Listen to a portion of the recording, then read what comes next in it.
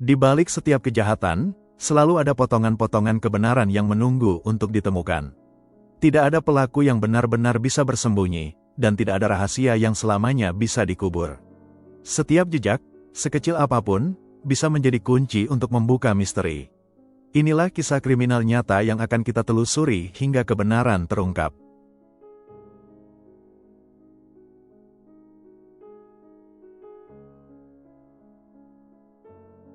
Pada tanggal 9 Juli tahun 1999, Kimberly Langwell, seorang ibu tunggal berusia 34 tahun, berjanji akan pulang menjemput putrinya sepulang kerja untuk makan malam di luar. Sorenya Kimberly sempat menelpon putri tunggalnya Tiffany McGinnis untuk memastikan anaknya telah siap untuk makan di luar. Namun, hingga malam hari Kimberly tidak pernah sampai ke rumah dan teleponnya tidak pernah diangkat. Keesokan paginya, Ken Weatherford, pacar ibunya, menghubungi Tiffany melalui telepon dan menanyakan apakah ibunya sudah pulang. Saat Tiffany menjawab bahwa ibunya belum pulang, Ken menjelaskan bahwa dia melihat mobil ibunya terparkir di halaman parkir sebuah pusat perbelanjaan saat dia sedang berusaha mencari Kimberly. Ken menjadi curiga dengan situasi itu dan meminta Tiffany menghubungi pihak berwajib. Tiffany dan Susan Batts, adik perempuan ibunya, tiba di tempat parkir di mana mobil ibunya berada. Mereka juga bersama detektif polisi yang menangani kasus ini. Mobil itu dalam keadaan terkunci, dan terlihat dari jendela, terdapat ponsel dan tas kerja Kimberly di dalamnya. Tidak ditemukan kunci mobil dan dompet Kimberly. Polisi kala itu menduga bahwa Kimberly diculik seseorang atau dengan sengaja pergi meninggalkan kehidupan lamanya. Namun, Esther Randall, ibu angkat Kimberly, tidak setuju dengan kesimpulan polisi kala itu. Karena Esther melihat Kimberly sangat menyayangi anaknya. Tiffany adalah seluruh hidupnya. Tidak mungkin Kimberly egois meninggalkan anaknya demi memikirkan kehidupan pribadinya sendiri. Polisi mulai menyelidiki hilangnya Kimberly ini dengan memeriksa orang-orang dekatnya, dimulai dari Ken Weatherford yang memberitahu keberadaan mobil Kimberly. Ken dan Kimberly baru berpacaran selama 6 bulan saat Kimberly hilang. Mereka adalah teman sekerja. Menurut keluarga Kimberly, Ken adalah pria yang baik dan Kimberly sangat berbahagia menceritakan hubungannya dengan Ken. Ken juga sangat menyayangi Tiffany. Beberapa minggu sebelum Kimberly hilang, mereka baru saja berlibur ke Meksiko. Namun malam itu diketahui bahwa Ken menemani Tiffany di rumahnya menunggu Kimberly yang tak kunjung kembali. Orang kedua yang dicurigai adalah Frank McCormick, supervisor pada perusahaan mereka yang sangat terobsesi pada Kimberly. Meskipun Frank sudah menikah, dia sering sekali mendatangi Kimberly dan memberikan hadiah-hadiah kecil serta coklat.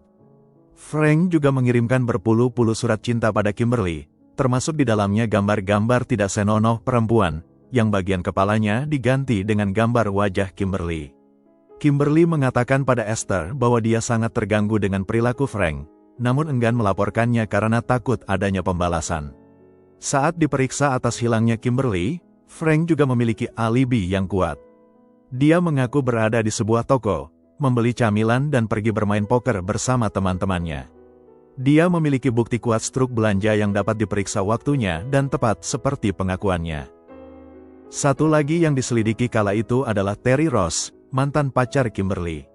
Terry dan Kimberly berpacaran dan tinggal bersama selama 6 tahun. Setelah putus mereka tetap berteman.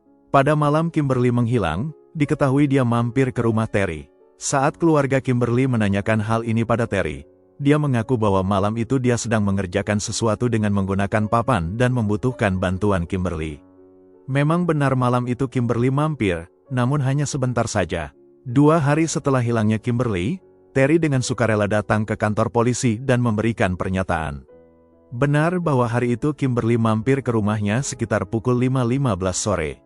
Terry sangat kooperatif dan mengizinkan polisi memeriksa rumahnya. Polisi tidak menemukan keberadaan Kimberly. Rumah Terry dalam kondisi kumuh dan berantakan, namun tidak terlihat adanya sisa-sisa kejahatan di sana. Terry juga menjalani tes kebohongan dan dia gagal, namun polisi tidak memiliki bukti kuat untuk menangkapnya. Kecurigaan keluarga juga mengarah kuat pada Terry, namun polisi menyatakan tidak bisa menangkapnya karena ketiadaan bukti yang kuat. Keluarga menjadi putus asa. Keyakinan keluarga semakin kuat ketika Esther mengatakan bahwa Kimberly sangat takut pada Terry karena perilaku obsesif dan posesifnya. Saat Kimberly sedang bersamanya, Terry hampir selalu menelpon dan menanyakan dengan siapa Kimberly sedang berinteraksi. Terry juga pernah bersembunyi di luar rumah mereka untuk mengamati kehidupan Kimberly. Saat perilaku posesif Terry memuncak, dia tak segan-segan melakukan kekerasan pada Kimberly. Kepada Esther, Kimberly mengaku bahwa Terry pernah mencekik dan melemparnya ke tempat tidur hingga pingsan. Saat Kimberly tersadar, Terry sudah pergi. Tiffany juga menyaksikan perilaku kekerasan dan obsesif Terry pada ibunya. Setelah mereka putus, Terry tidak berhenti mencari tahu kehidupan ibunya. Terry selalu menelpon dan menanyakan di mana ibunya dan apa yang sedang dikerjakannya. Namun perilaku itu mendadak berhenti setelah ibunya tidak pulang ke rumah. 2 tahun setelah menghilangnya Kimberly, FBI sempat membantu polisi untuk menangani kasus ini dengan mewawancarai Terry kembali. Pada saat itu Terry mengaku bahwa dia memang pernah sekali melakukan kekerasan pada wajah Kimberly, yaitu menamparnya. Dia juga mengakui tidak memiliki alibi apapun setelah Kimberly meninggalkan rumahnya, hingga malam harinya dia bertemu dengan temannya David Wiley. Dari jam 9.30 hingga tengah malam mereka bermain biliar. Saat David diperiksa, dia mendukung alibi Terry, namun polisi menjadi semakin curiga atas keterangan David yang kurang meyakinkan. Sayangnya polisi kekurangan bukti fisik untuk menangkap Terry. Waktu berlalu dan kasus ini menjadi beku tidak terpecahkan. Hingga pada tahun 2023, sebuah program TV, Cold Justice, memilih kasus Kimberly ini menjadi kasus yang akan diselidiki. Kemudian Kepala Kepolisian Beaumont menunjuk 3 detektif untuk menangani kasus ini, yaitu Detektif Heather Wilson menjadi penyelidik utama, bersama dengan Letnan Mitch Sliger dan Detektif Jesus Tamayo. Mereka memulai penyelidikan dengan memeriksa ulang semua tersangka yang dicurigai dalam kasus ini. Penyelidikan ulang pada Frank McCormick, saat detektif menunjukkan surat dan gambar-gambar yang dia kirimkan pada Kimberly, dia mengakui itu semua benar tulisan tangannya. Namun dia tetap dengan alibi awalnya bahwa di waktu Kimberly hilang, dia pergi berbelanja snack lalu bertemu dengan teman-temannya untuk bermain poker. Dia juga memiliki bukti nota belanja dengan catatan waktu di sana. Atas keterangan dan bukti-bukti ini Frank dikesampingkan sebagai tersangka. Kecurigaan terbesar tetap pada Terry Ross, di mana sejak awal Terry digambarkan memiliki sikap obsesif, posesif dan sangat mengontrol kehidupan Kimberly, hingga melakukan kekerasan fisik. Ketiga detektif mendatangi kediaman Terry dan menanyakan beberapa pertanyaan tentang hilangnya Kimberly. Pada momen itu dia tetap tidak mengakui keterlibatannya pada kasus itu. Sebagai informasi, pada tahun 2023, Terry Ross sudah berusia 66 tahun. David Wiley juga tak luput dari pemeriksaan ulang. Detektif Jesus Tamayo mendatangi rumah David dan menanyakan tentang malam di mana Kimberly menghilang. David mengatakan hal yang sama seperti yang dia saksikan 24 tahun yang lalu. Namun kembali lagi para detektif merasakan ada yang janggal dalam keterangan David. Mereka yakin pria itu tidak menceritakan keseluruhan kejadian yang dia tahu. Karena hal inilah pada bulan April tahun 2024, Jaksa Penuntut Umum membentuk Dewan Juri di mana Terry Ross dan David Wiley harus memberikan kesaksian di bawah sumpah. Saat itu Terry Ross tetap konsisten dan terlihat yakin dengan ceritanya, sementara David meskipun dia konsisten memberikan kesaksian, namun dia tampak gelisah dan tidak nyaman. Saat detektif meminta David datang untuk menjalani tes poligraf, David tidak bersedia dan meminta detektif untuk berbicara dengan pengacaranya. Sebuah situasi yang membuat para detektif yakin bahwa David mengetahui lebih banyak dari penjelasan selama ini yang dia berikan pada polisi. Terobosan besar terjadi ketika pengacara David menghubungi polisi dan memberikan informasi bahwa David akan membantu mereka memecahkan kasus ini. Pengacara David menjelaskan bahwa David tidak terlibat dalam hilangnya Kimberly, namun David mengetahui tentang kemungkinan di mana Kimberly. Atas hal ini pengacara David meminta status kekebalan penuh atas David untuk tidak dituntut apapun, sebagai timbal balik dari informasi yang diberikan. Dengan beberapa pertimbangan detektif menyetujui. Selanjutnya ketiga detektif bertemu dengan David di kantor pengacaranya. Di momen itu David memberikan pengakuan mengejutkan. Menurut pengakuan David, pada tanggal 9 Juli tahun 1999, pukul 18.15, dia menerima telepon dari bosnya kala itu, Terry Ross, yang meminta untuk menjemputnya di parkiran Walmart. Terry meminta David menelponnya jika sudah berada di parkiran. Saat David tiba dan menelpon Terry terlihat berada di dalam mobil Kimberly. Saat David berhenti di sampingnya, Terry mengatakan bahwa dia tidak menyukai tempat parkir itu dan minta David mengikuti mobilnya. David mengikuti Terry yang mengemudikan mobil Kimberly. Mereka menuju area parkir lain, yaitu area parkir supermarket Colonnade. Setelah Terry memarkir mobil Kimberly di sana, dia keluar dari mobil kemudian masuk ke mobil David. Setelahnya David mengantarnya pulang. Selanjutnya di malam yang sama mereka kembali bertemu untuk bermain biliar, dan keesokan harinya mereka sarapan bersama. Tidak lama dari kejadian malam itu, tiba-tiba Terry mengatakan bahwa dia telah menembak Kimberly di bagian kepala setelah mereka bertengkar. Kemudian Terry menguburkan jenazah Kimberly di bawah lantai salah satu kamar tidur di rumahnya. Beberapa hari sesudahnya, David Wiley menjalani tes poligraf dan dinyatakan lolos. David mengatakan hal yang sesungguhnya.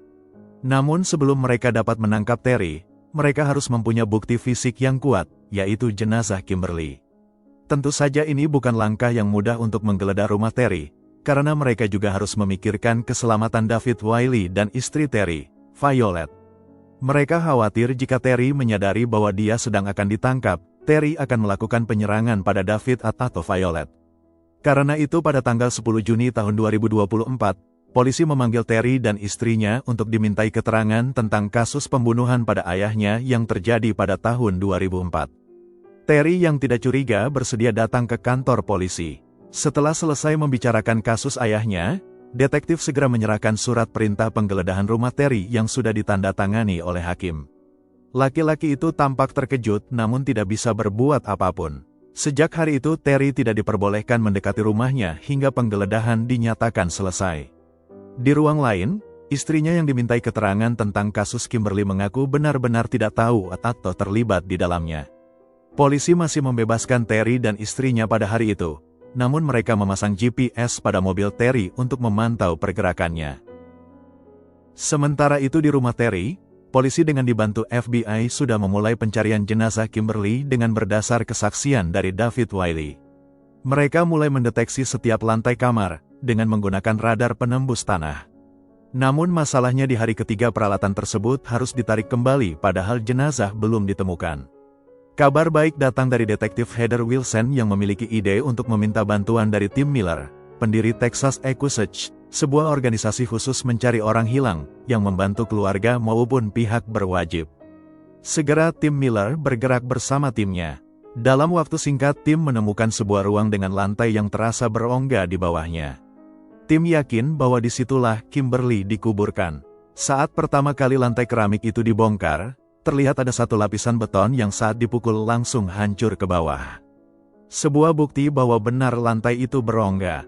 Penyelidik makin yakin bahwa langkah mereka benar sehingga penggalian dilanjutkan. Benda pertama yang muncul dan ditemukan oleh detektif Jesus Tamayo adalah gantungan kunci dan kacamata hitam. Selanjutnya mereka menemukan 3 buah tulang kecil yang dipercaya itu adalah tulang jari kaki. Mereka menggali hingga dini hari sampai mereka menemukan dengan lengkap kerangka jenazah Kimberly. Kerangka jenazah Kimberly terbungkus selimut dalam pose meringkuk, dengan luka tembak yang sangat jelas di bagian kepalanya. Pada tanggal 13 Juni tahun 2024, surat perintah penangkapan Terry Ross telah ditandatangani oleh hakim. Polisi yang selama beberapa waktu telah mengikuti pergerakannya, segera melakukan penangkapan sesaat setelah Terry Ross selesai makan malam bersama Violet. Terry Ross dan Violet segera diwawancarai terpisah di kantor polisi. Terry Ross tetap pada pendiriannya bahwa dia tidak melakukan pembunuhan dan penguburan jenazah Kimberly. Sedangkan Violet yang sudah didampingi 2 orang saudaranya tampak sangat shock ketika detektif memberitahu bahwa jenazah Kimberly ditemukan di bawah lantai tempat tidur mereka. Beberapa minggu kemudian hasil tes DNA dan pemeriksaan gigi atas kerangka jenazah telah selesai dan diumumkan bahwa benar kerangka jenazah yang dikubur di rumah Terry Ross adalah Kimberly. 1 minggu sebelum sidang pertamanya dimulai, pengacara Terry Ross mengajukan penawaran atas pengakuan bersalah Terry Ross, dengan maksimal hukuman 40 tahun penjara. Tawaran ini dipertimbangkan oleh pengadilan mengingat bahwa kemungkinan tidak semua juri akan bersepakat menetapkan Terry Ross bersalah dan untuk mempersingkat proses peradilan. Pada saat sidang berlangsung, saksi utama David Wiley memberikan kesaksiannya sesuai dengan kesaksian yang disampaikan pada detektif dan pengacaranya beberapa waktu yang lalu. David menambahkan dia menyesal tidak melakukannya lebih cepat, dan selama ini hidup tidak tenang dengan menyimpan rahasia itu. Di pengadilan juga diputar rekaman suara Terry Ross yang sedang melakukan panggilan telepon dengan putranya. Dalam panggilan itu Terry Ross menjelaskan pada putranya bahwa dia bukanlah psikopat karena melakukan pembunuhan pada Kimberly, dia melakukan itu karena sedang mengalami hari yang buruk saja. Namun yang tidak diduga adalah dalam kondisi Terry sudah ditangkap, mereka, Terry dan anaknya, masih membahas Tiffany. Dia masih bisa menghina Tiffany dengan mengatakan akan mengirim secangkir air kencing di atas kuburan Tiffany kelak. Tidak ada penyesalan sama sekali atas apa yang sudah diperbuat. Semua orang dalam ruang sidang tidak menyangka bahwa Terry Ross mampu mengucapkan itu pada putri kandung wanita yang telah dibunuhnya. Dalam pembacaan vonis, hakim mengatakan bahwa dia menyesal telah menandatangani kesepakatan hukuman maksimal 40 tahun untuk Terry, setelah mendengar semua ucapannya dalam panggilan telepon dengan anaknya. Hakim Rachel West menyatakan bahwa ia sebenarnya ingin memberikan hukuman lebih berat hingga 99 tahun karena menganggap tindakan Terry mengubur mayat di bawah kamar tidurnya selama 25 tahun adalah perilaku seorang psikopat, dan tidak adanya penyesalan mendalam atas apa yang dia lakukan. Saat ini Terry Ross menjalani masa hukumannya di penjara unit Diboll di Diboll, Texas. Sedangkan Kimberly Langwell dimakamkan di Rosedale Cemetery di Sour Lake, Texas.